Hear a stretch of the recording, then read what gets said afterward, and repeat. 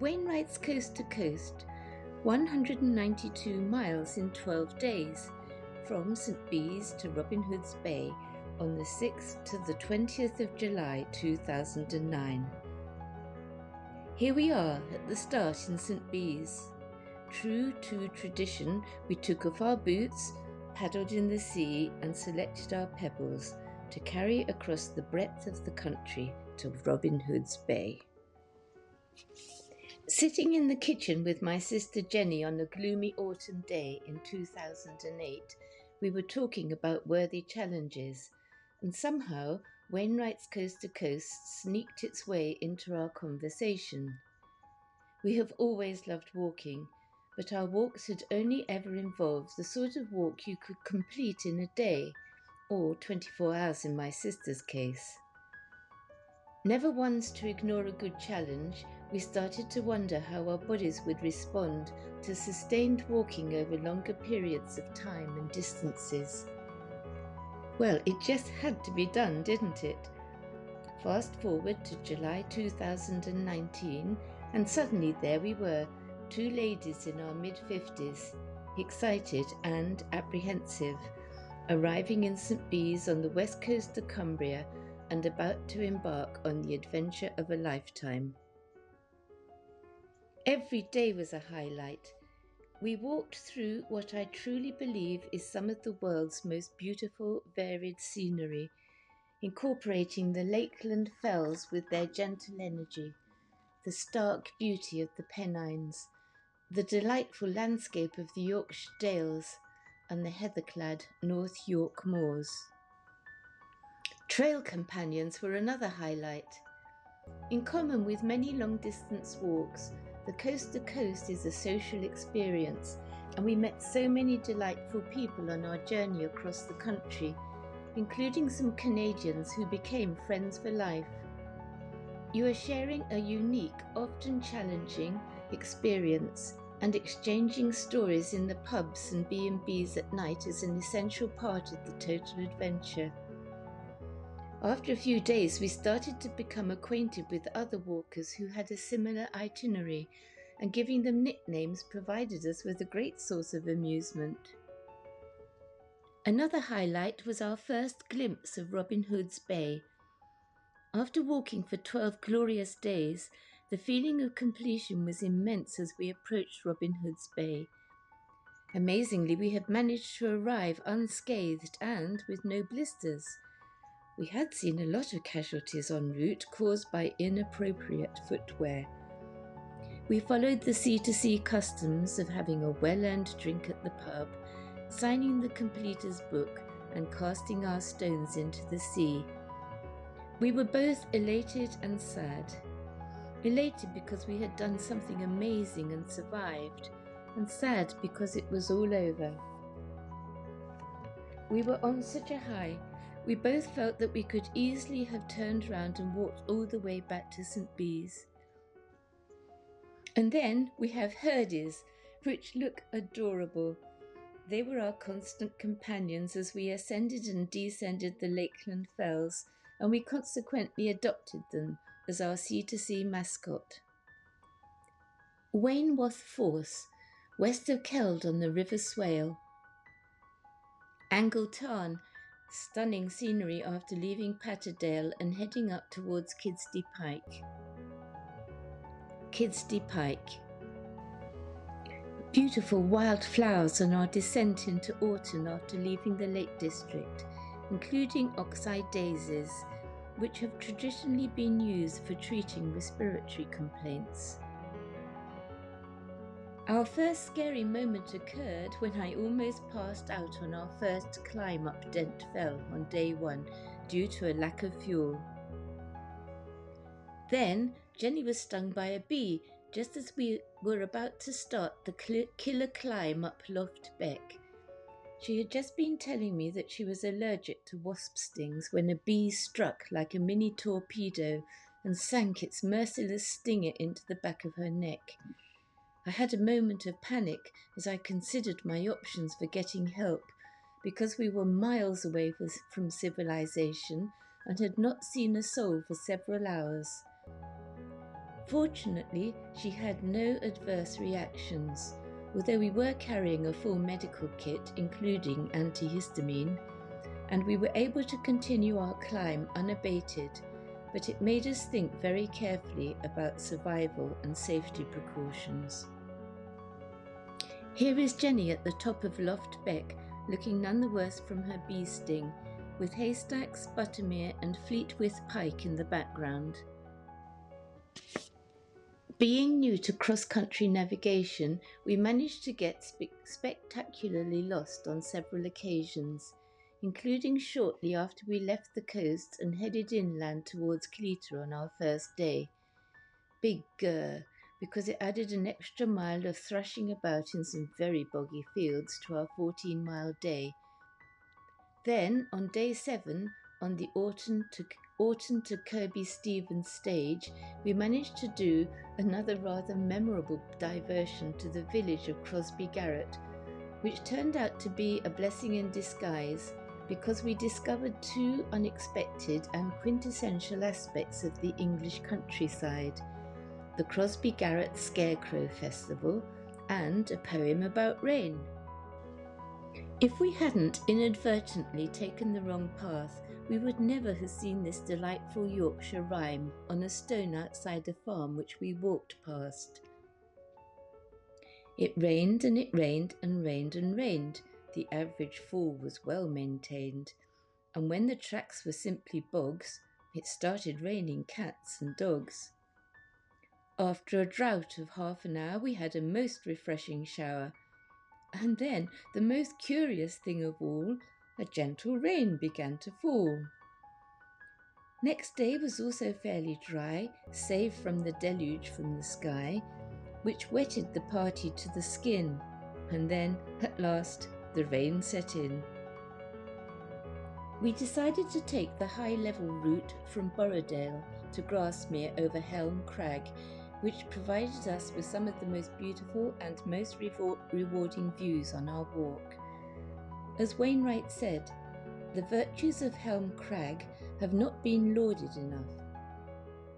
However, the tourist bedlam which assaulted our senses as we entered the village from the fells was mind-blowing in the extreme. Nothing can describe the contrast we experienced from the peace and quiet of the fells to the pandemonium which surrounded us. It was both exciting and disturbing at the same time.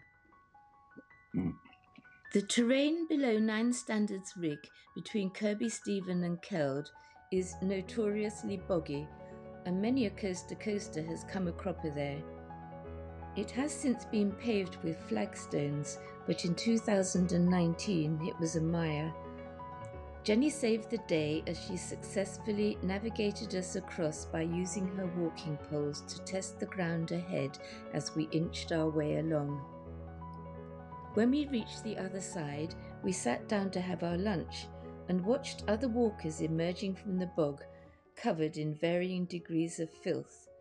Some of them had even sunk up to their thighs after putting a foot wrong. We walked a massive 23 miles when we crossed the Vale of Mowbray from Richmond to Ingleby Cross. It was the furthest I had ever previously walked in a day. The saving grace was that it was relatively flat all the way, and we had no idea about what was in store for us the next day when we walked along the Cleveland Escarpment in torrential rain and some of the worst weather we had ever experienced. The Cleveland Escarpment on day 12. This was a day of torrential rain, howling winds and thick, impenetrable mist.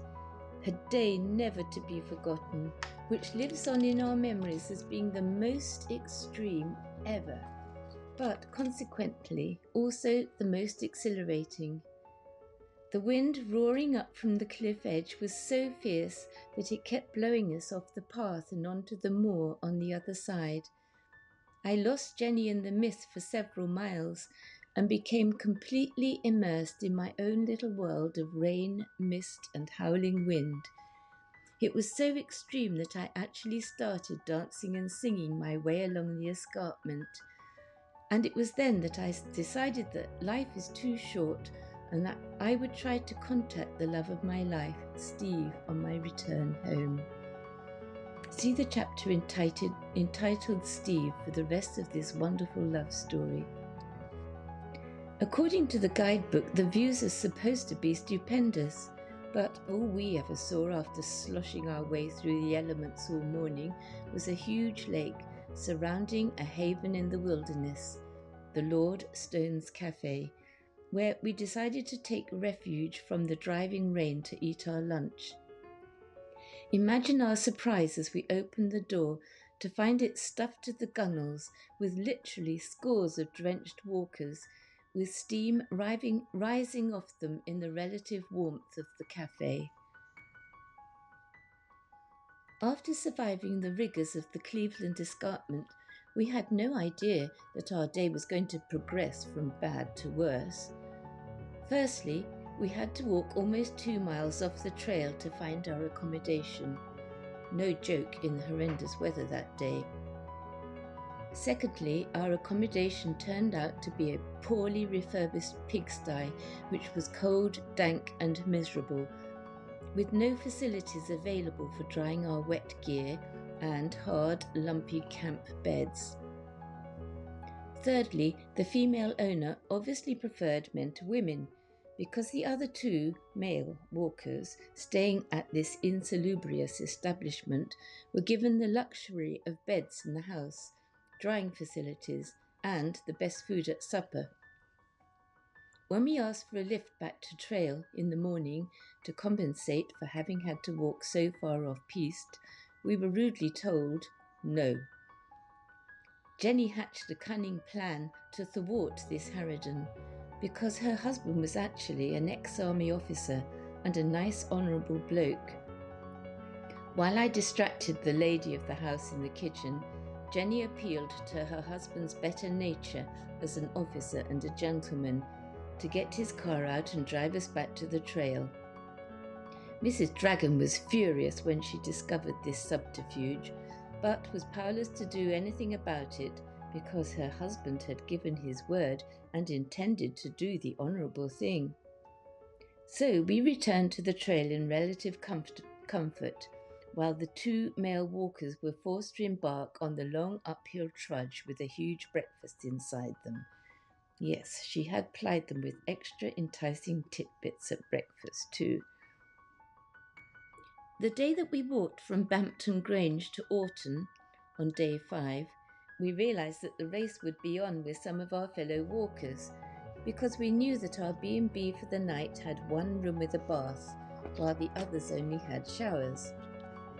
We were pretty keen to snaffle that room because we rather fancied a nice soak after only having had showers on the previous days. We also knew that the competition would be staying at the same B&B that night. So we were off like a shot after breakfast and made extraordinarily good progress all day, thinking that we had left the competition well and truly behind. However, they were obviously on a similar mission, since we surreptitiously caught sight of them coming into Orton, just as we were taking advantage of the opportunity to do some shopping in the little chocolate factory there.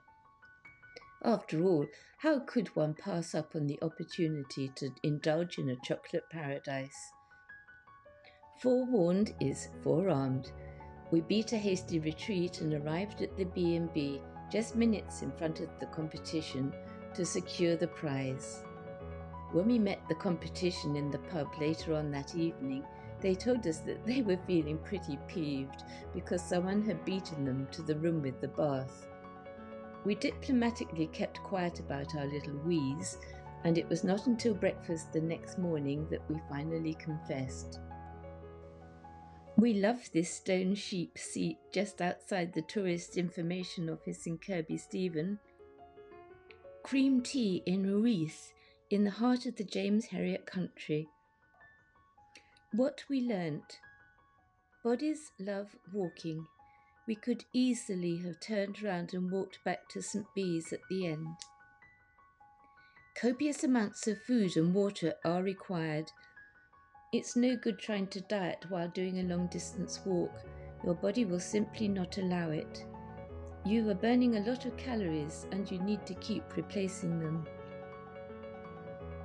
The Yorkshire Dales, and Swaledale in particular, are beyond beautiful. Be prepared for the unexpected.